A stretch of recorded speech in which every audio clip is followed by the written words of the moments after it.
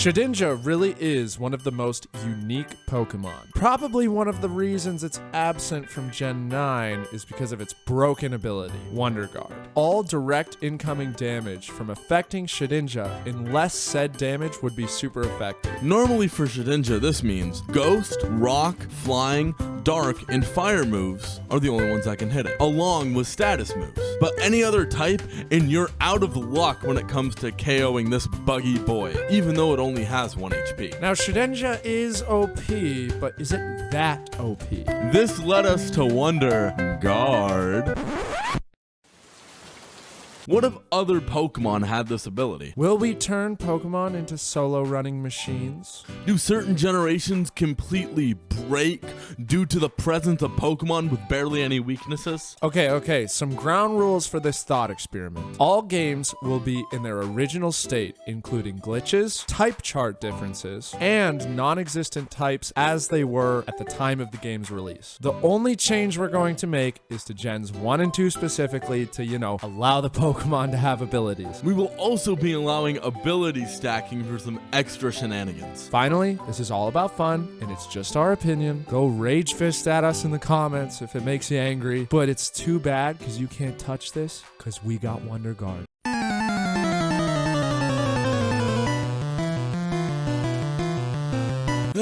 Gen 1. The answer is not even close here. Yes, I agree. We all know. It's Pikachu! No. It's Alakazam. With the way Psychic types worked in Gen 1, it effectively had no weaknesses. There were only 4 bug moves, 1 being status, 2 of them being Leech Life and Pin Missile, and were only able to be learned by 1 bug type line each. Even with that said, due to a coding glitch, the Psychic type was actually immune to Ghost type moves, even though it was intended to be weak to them. And let's not forget that Dark type didn't even exist yet. But Caden, why are we not picking Mewtwo then? Because those 10-year-olds playing Pokemon Red and Blue do not know how to glitch a Mewtwo into their game, so we need to pick Pokemon that people can actually access in a playthrough. And Mew was too busy getting wrecked by that truck, if you know what I mean.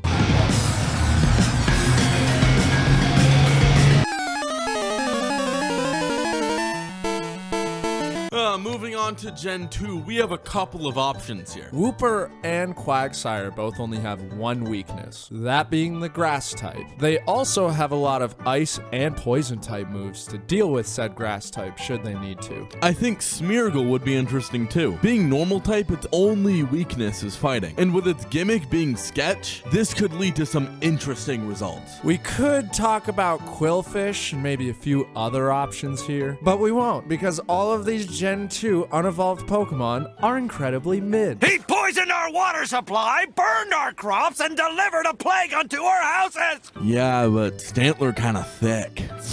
Woo! Before we get into Gen 3, let's just mention that Shedinja is originally from the Hoenn region. But for the spirit of content, we can't pick Shedinja. Why not? Little baby Psychic type wouldn't even make it past the Route 1 Poochyenas. Metagross is a strong candidate if you're willing to risk the ground type weakness. But with Earthquake running rampant in Hoenn, we're going to fly away from the pick. Obviously, Sableye is a strong candidate, being that its Ghost Dark typing had no weakness up until the Fairy type's introduction in Generation 6. Imagine having this cute little gem monster that is unable to take damage. Then suddenly 2013 rolls around and a little flower comes and smacks you like you just won an Oscar. Oh, wow! Before we finish Gen 3, we've got our first set of remakes here. So let's see if anything changed as we revisit Kanto for FireRed and LeafGreen. A sleeper pick here would be Imposter Ditto, as the only Pokemon you'd have to worry about are the very rare Ghost and Dragon types, who are strong against themselves. Another good option could be Raichu. Even though ground types are ever present, this guy can pack Surf to hit those Onix, Golem, and Rhydon for 4 times super effective damage. Nidoking and Nidoqueen would be the biggest struggles for Raichu, along with Dugtrio because of its speed.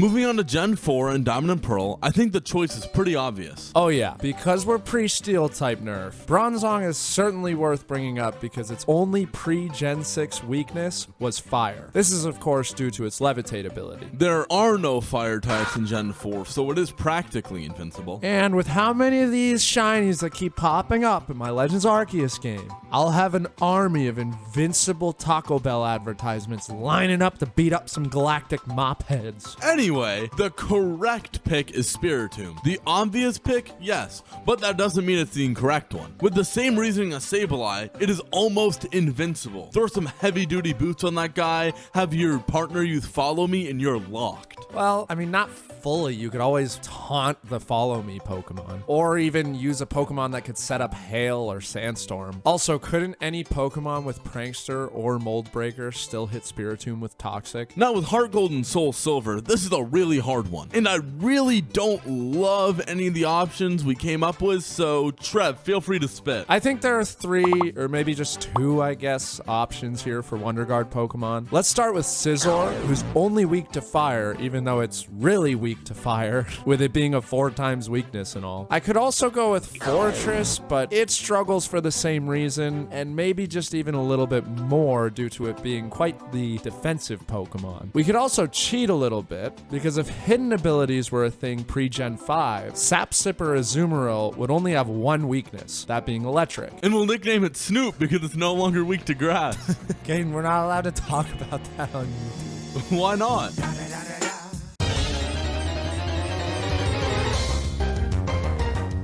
For Black and White, we'll go with the Pokemon we know you've been waiting for all video. Durant. That steel bug typing keeps coming back to haunt us, doesn't it? While only being weak to fire is a pretty good trait in a region where Emboar is the fire starter of choice. Dang, we even have 3 steel bug types in Gen 5? Well, sort of. Genesect can't really count because how are you going to use a mythical in a first playthrough? Yeah, and the other Pokemon is Escavalier, which requires you to have real-life friends if you want to evolve Karrablast. I don't even have friends in the dream world. Seismitoad could be an option, as its only weakness is grass, but Water Bowser ain't cutting it. For Black and White 2, we won't dance around it anymore. Everyone knows that Levitate Electros is the most elite WonderGuard Pokemon. Not a single weakness, and you don't even have to use its item slot on an air balloon. Meaning you could add safety goggles, a Lumberry, or whatever your heart desires to stop opponents from taking down your elite gamer Pog WonderGuard strategy.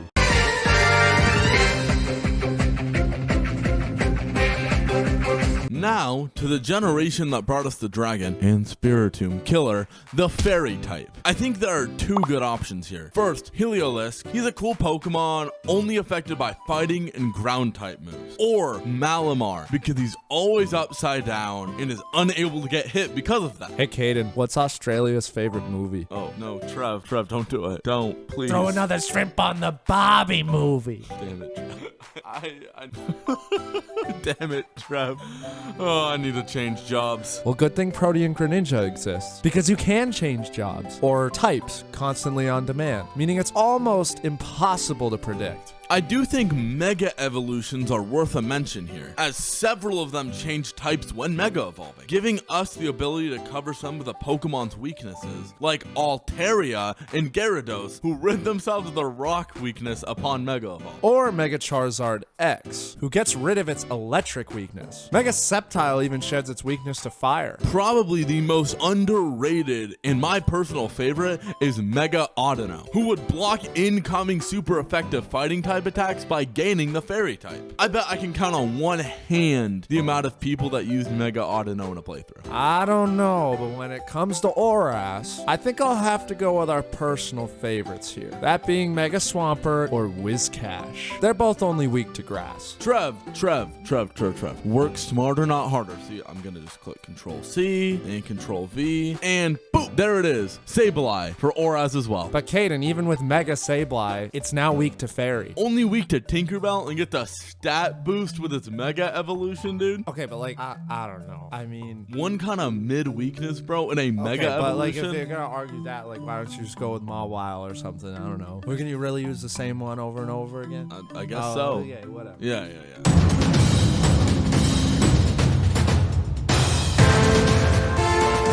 Sun and Moon are really interesting games here because we were essentially given the same game 4 times. You'd think our choice would be the same here for all 4 games, right? Well, you'd be correct, because our choice for all 4 Alolan games is a Alolan Muck. With this guy only being weak to ground types, this makes it a pretty good choice for an Alolan playthrough. Okay, fine. That's fine. We can move on from Gen 7. But what about the Let's Go games?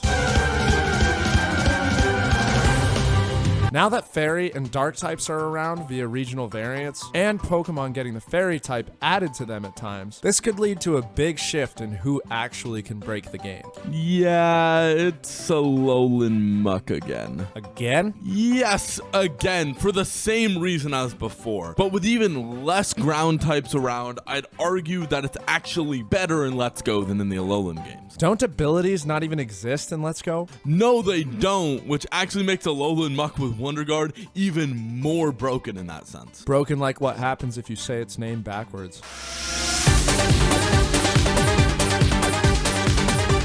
Now we've made it to Generation 8, everyone's favorite generation. Caden, would you like to talk about our first option? Absolutely not. I want absolutely nothing to do with this Dexit game. Games held together by duct tape and prayers.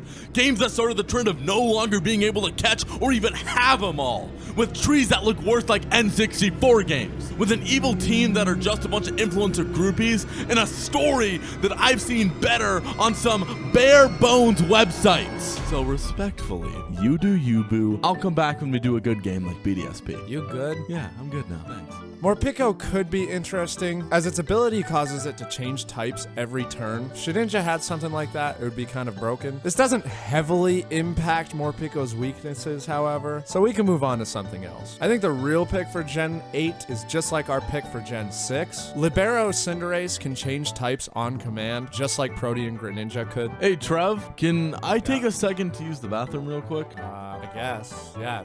Oh wait, actually perfect timing. We were just about to move on to BDSP.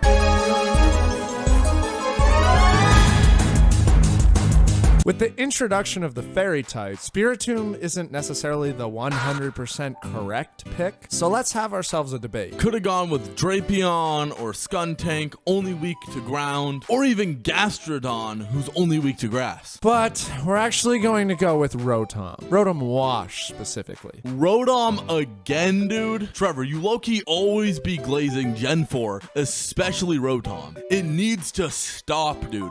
Take those nostalgia blinders off and give it to another Pokemon. Please, just give another Pokemon a chance, dog. Or if we're talking about Scraggy, give another Pokemon some pants. I'm done. No. Hear me out. Grass is a much weaker type overall. Plus, Rotom has the ability to paralyze grass types, which will help it fend off even the weakest Pokemon in the whole dex. Fine. Whatever, Trevor. Let's just move on to Legends Arceus. If you pick another Sinnoh Pokemon, though, especially Rotom, I'ma lose it, dog. Okay. Understand? Fine. Okay. Okay, fine. We're good. Fine. Yeah, I didn't even have a Gen 4 Pokemon here in the first place.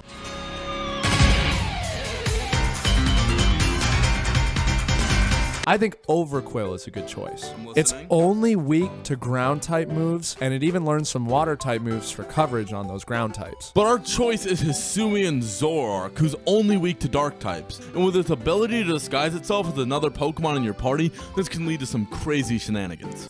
Fall for an illusion.